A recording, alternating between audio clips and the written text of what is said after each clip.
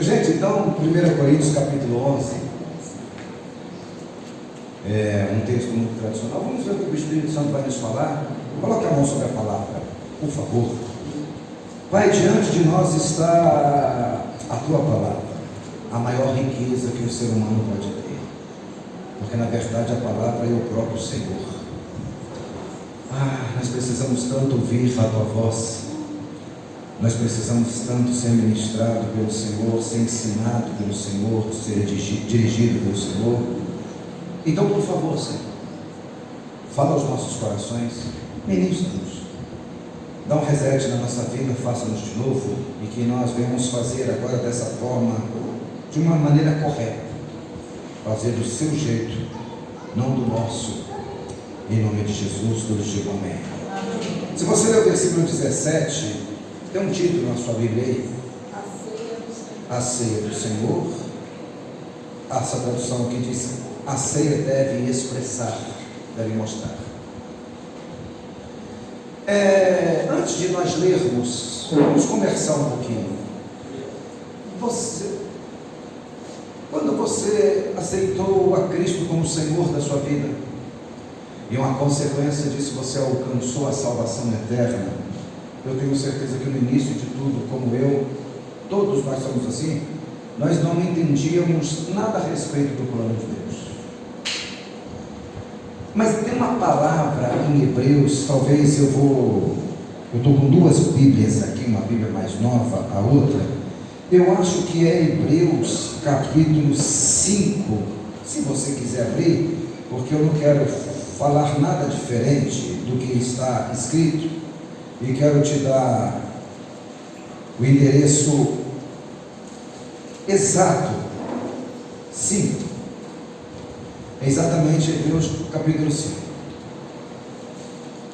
O Paulo se dirigindo, o escritor aos Hebreus, uns acham que é Paulo que escreveu Hebreus, outros Barnabé. O escritor aos Hebreus, a partir do versículo 11, ele está tratando de um assunto complexo, e ele vai relatar o porquê da complexidade do assunto, e eu quero falar para vocês, olha, 11, a respeito deste assunto, temos muitos que dizer, mas difícil de que, gente? De explicar. Por quê? Porque vocês têm de se tornados tardios em ouvir. Raquel, você pode repetir esse versículo? Eu vou repetir contigo. Temos muito o que dizer a respeito desse assunto. Nós temos muito o que dizer a respeito desse assunto.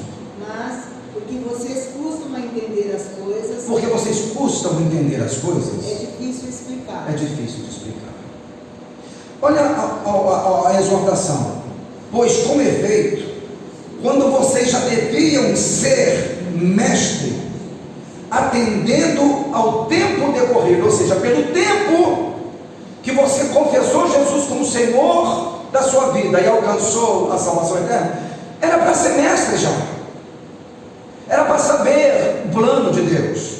Mas olha o que está escrito: mas tendes novamente necessidade que alguém vos ensine de novo os princípios básicos ou princípios elementares dos oráculos de Deus ou do plano da salvação. Assim vocês se tornastes como necessitados de leites e não de alimentos. A exortação que ele está passando, que pelo tempo era para ter evoluído muito mais. Amados, eu tenho que entender que a partir do momento que eu entreguei a minha vida ao Senhor, eu tenho uma missão de mudar esse mundo, de mudar essa terra. É verdade, pastor, só tem essa missão? Não, que você também. Quando eu falo eu, é nós. Eu não quero ser tão simplório, mas às vezes tem que ser, porque tem pessoa, o pastor, você viu, ele tem a missão de mudar o mundo. Não, gente, é aquele que confessa Jesus como Senhor. Quando as Escrituras diz que muitos são chamados e poucos são os escolhidos, o que vai fazer uma pessoa não entrar no gozo eterno naquele dia, não é o erro que ela cometeu, foi aquilo que ela deixou de fazer. Eu falo isso todo o culto de Santa Ceia. O que condena uma pessoa não é o que ela fez, o que ela deixou de fazer. Em todo canto que eu vou é uma oportunidade. Eu estava com meu irmão lá no negócio que nós estamos desenvolvendo, lá em Campinas, e o camarada que está arrendando uma academia lá, que nós estamos vendo, ele está passando uma enfermidade muito grande. Eu não sei se ele acredita, se ele é espírita, se ele é católico, não importa o credo religioso mesmo. O que importa é que eu tenho uma solução para o problema dele, e principalmente para a alma dele. Então não importa o terceiro, importa se a minha fé é viva no Deus vivo.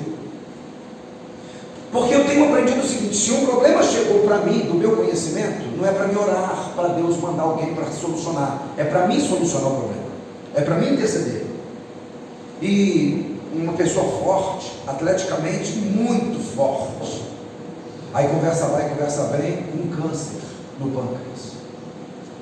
Aí tinha falado que tinha acabado de fazer a quimioterapia e estava muito mal. Não parece.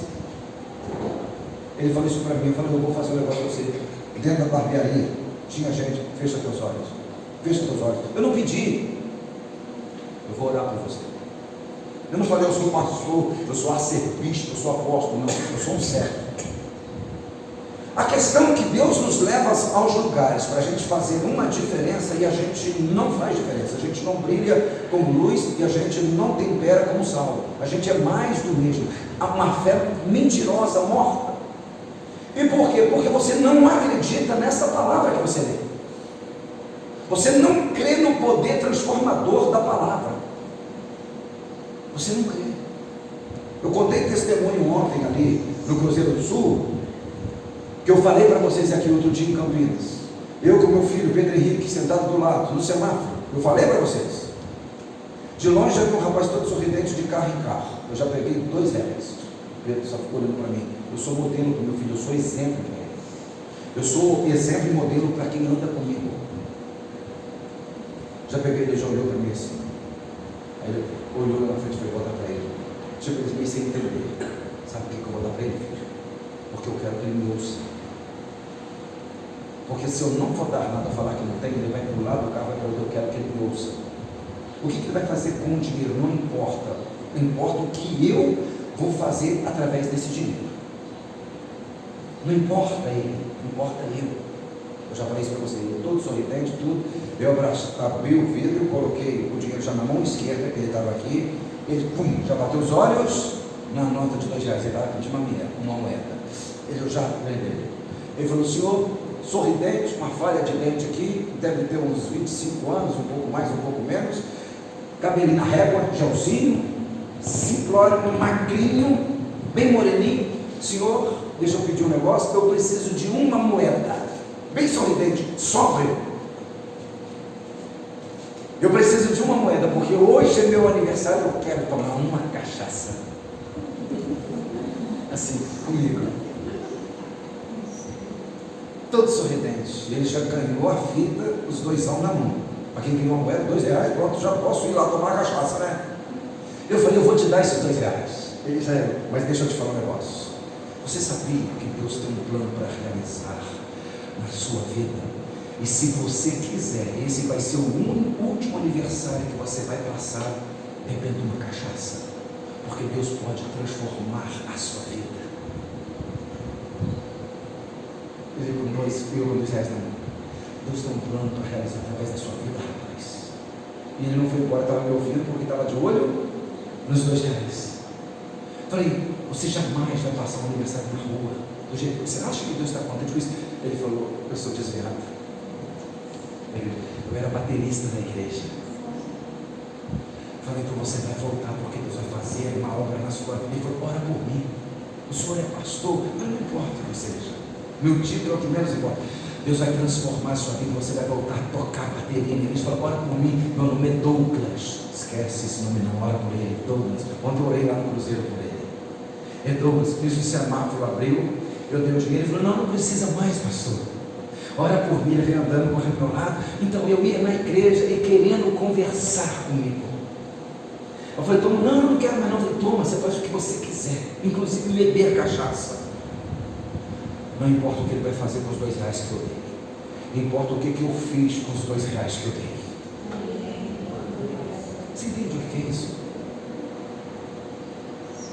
A gente perde chance, a gente vai passear com pessoas que não conhecem Jesus, a gente não traz ninguém para a igreja. A gente trabalha com pessoas que não conhecem Jesus, a gente, olha, domingo eu gostaria tanto que Deus tenha uma palavra, Deus falou comigo que Ele quer falar ao seu coração. Pastor, se Deus não falar, o problema não é seu, o problema já é de Deus. Vocês estão entendendo? Eu estou encontrando domingo, você vai domingo na igreja que Deus tem uma palavra, vai falar no seu coração, mas se não falar, não vai falar. Se eu falar, o problema é de Deus, eu sou só profeta, eu não realizo nada. Vocês estão compreendendo sim ou não?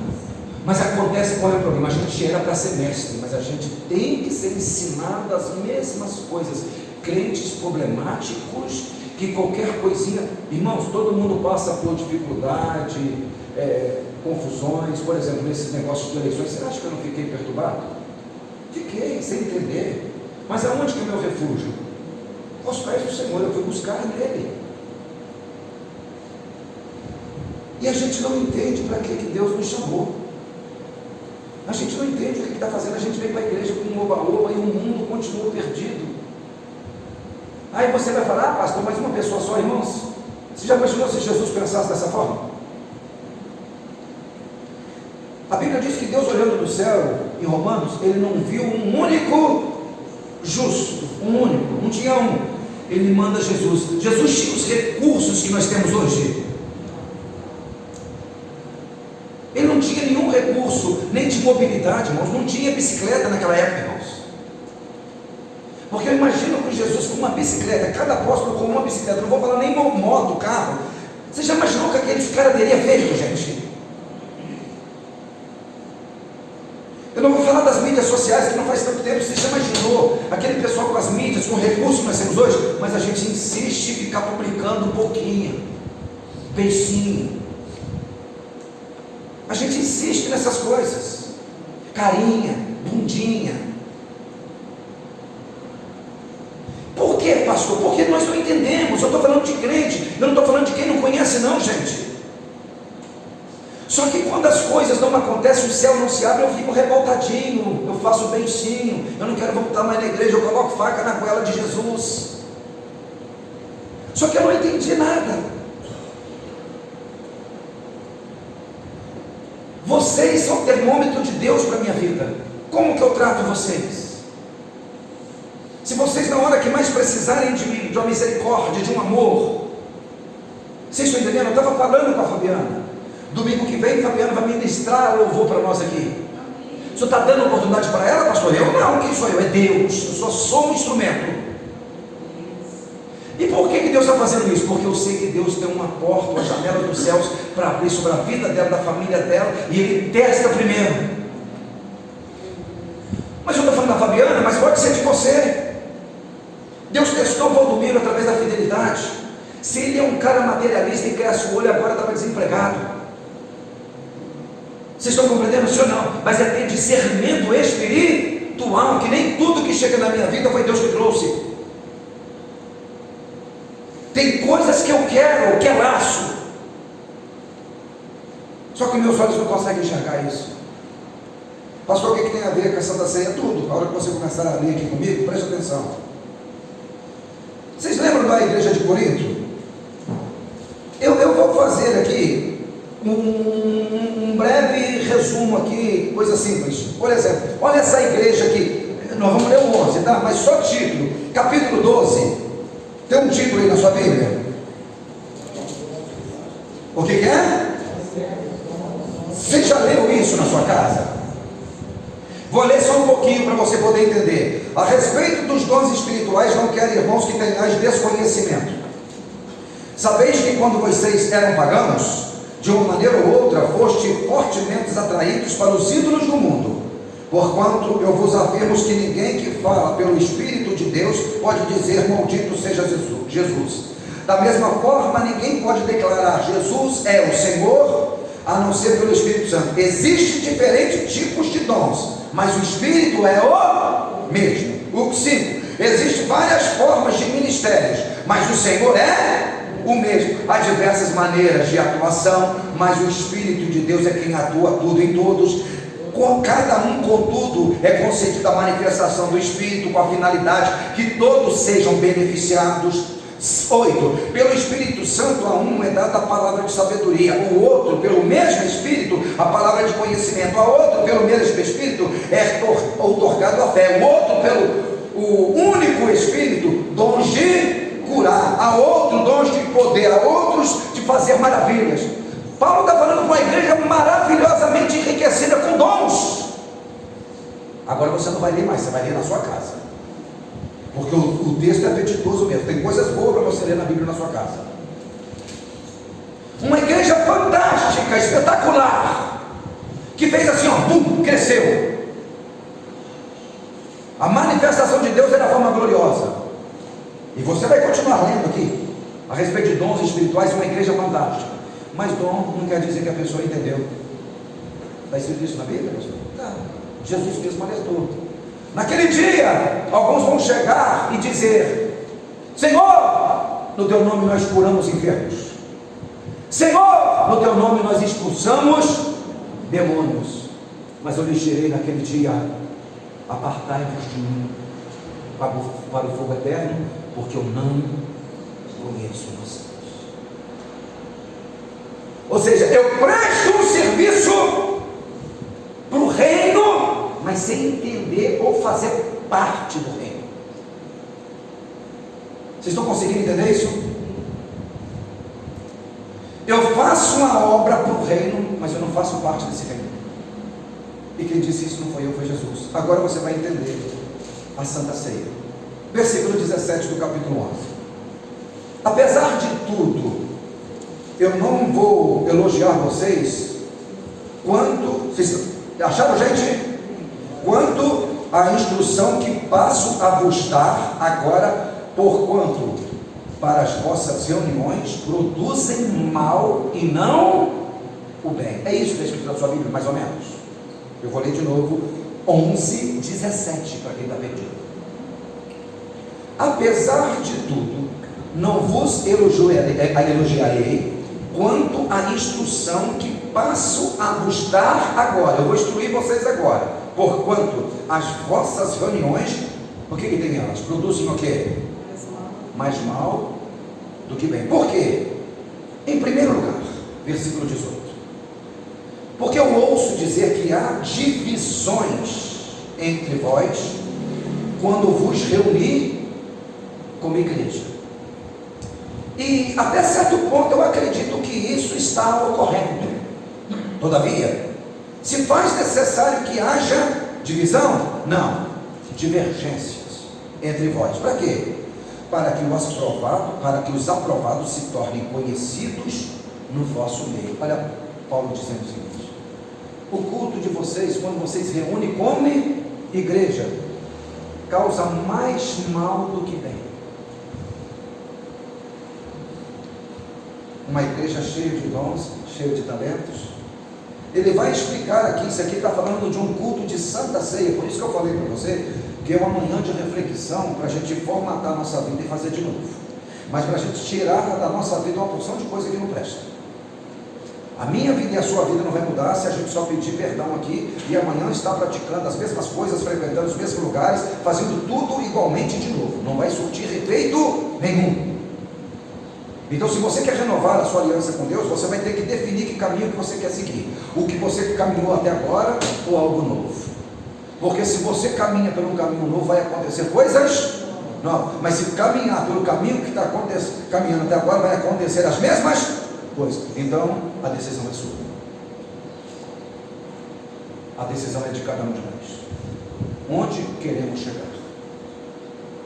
Você decide. Então Paulo está falando o seguinte: a reunião de vocês está pesada, porque a divisão entre vocês, divisão é um negócio sério, são partidos, eu gosto desse, não gosto daquele. Paulo não está falando que a divisão é necessária, está falando que a divergência é necessária.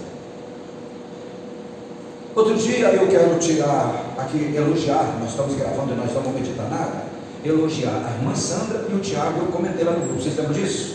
Que a irmã Sandra publicou um negócio que o Tiago não entendeu, e eu publiquei que com respeito mútuo se publica, se comenta, respeitando a visão diferente de cada um de um mesmo assunto.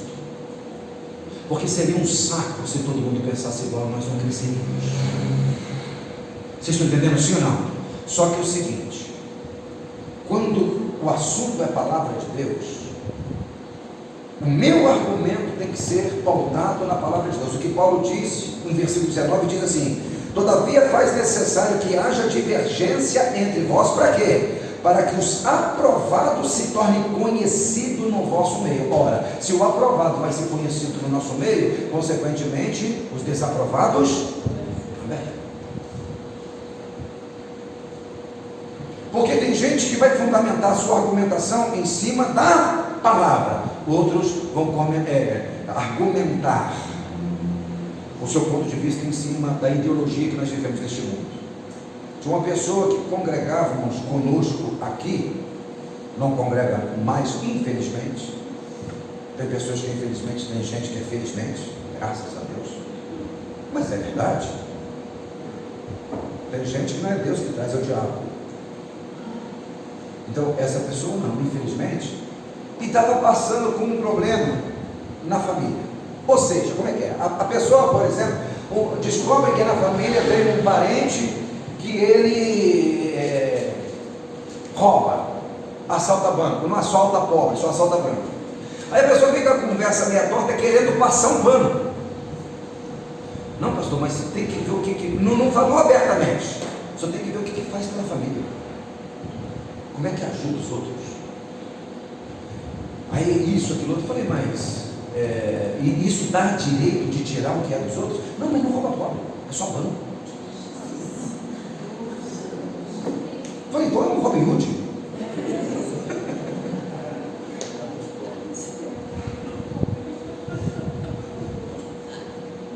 Por que quando acontece com os filhos da gente, parente próximo da gente, amigo da gente, a gente tende a passar um pano? Mas a questão não é eu querer passar um pano, o que eu penso, o que está acabou. Os roubadores não herdarão o reino dos céus. O que roubava, não roube, mas precisa de interpretação, irmãos. Tem assunto que é claro. Falei, você pode até passar um pano, mas você está condenado igual ele. Por quê? Porque você está endossando algo que Deus não endossa. Romanos capítulo 1, que Deus não condena só quem pratica, mas Deus condena quem apoia a prática. O que tem de gente condenada dentro dessa igreja achando que está salvo, irmãos?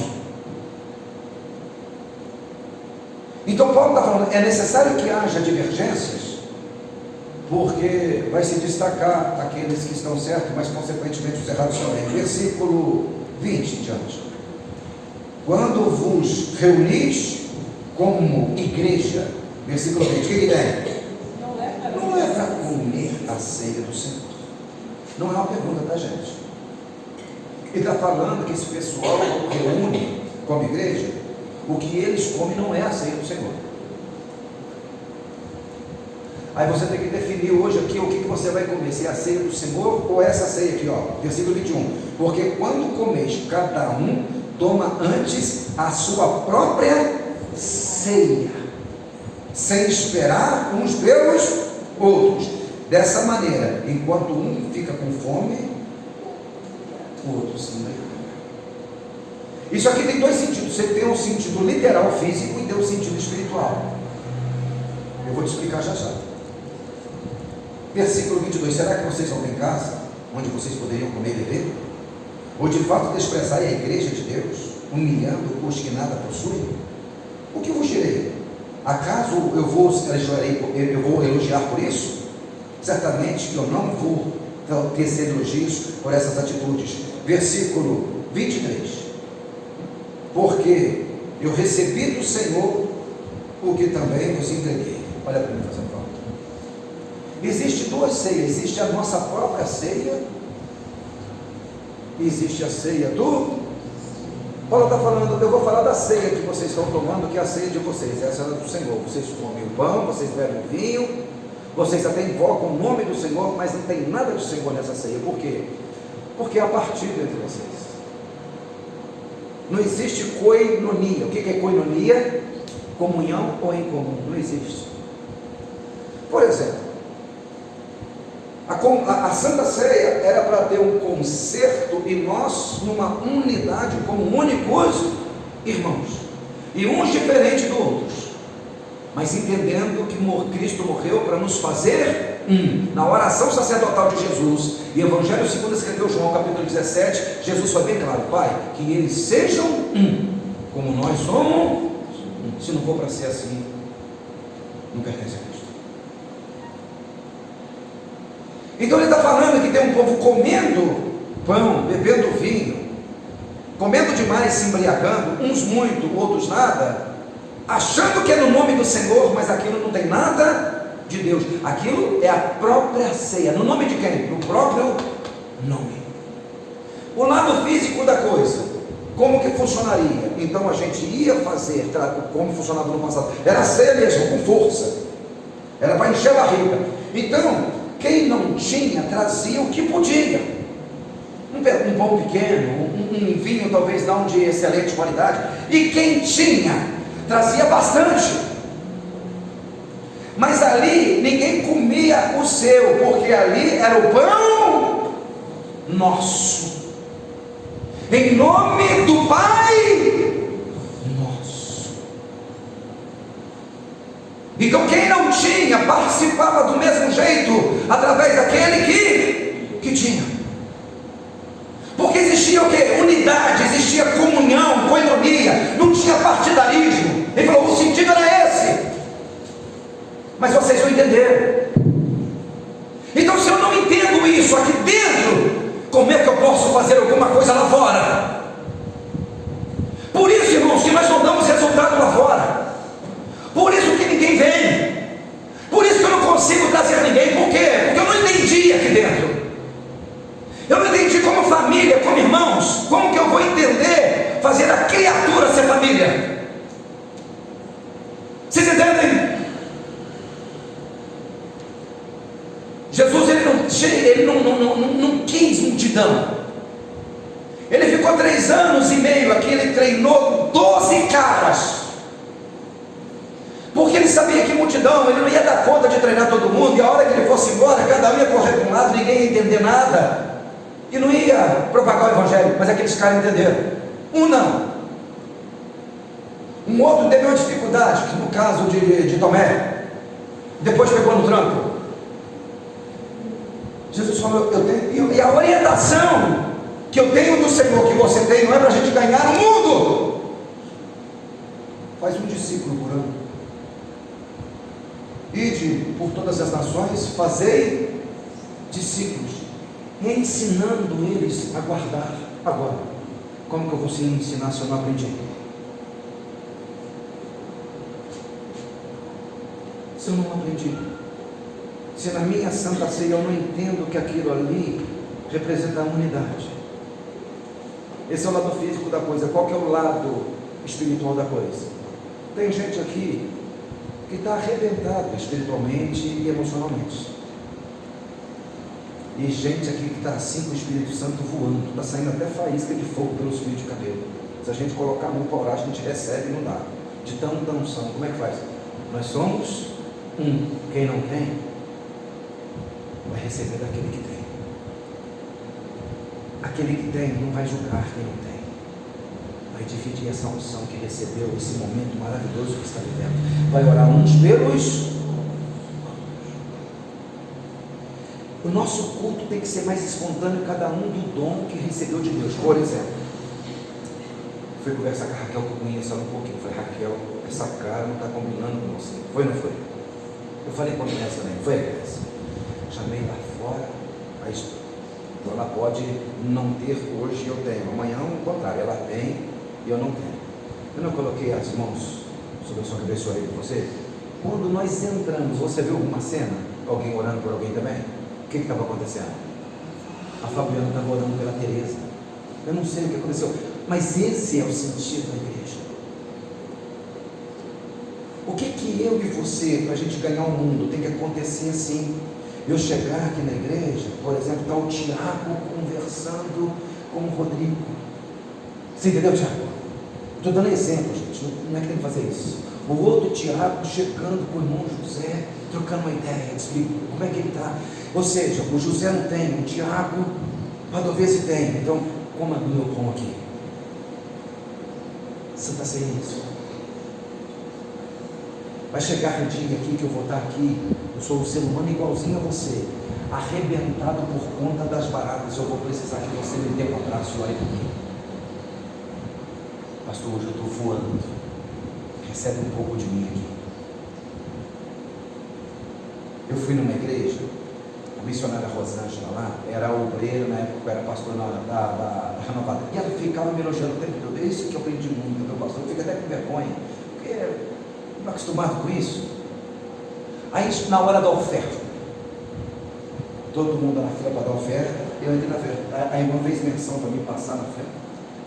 Lá para a vila, a oferta do envelope, e a irmã Rosângela assim, orando.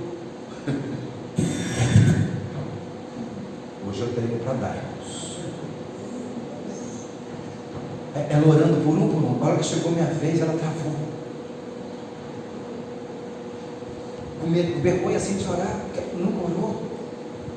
Eu falei, coloca a sua mão aqui sobre mim, menino, ora para mim. Anda, me abençoa. Fez aquela oração caprichada, não sei se caprichou para todo mundo, mas para mim caprichou.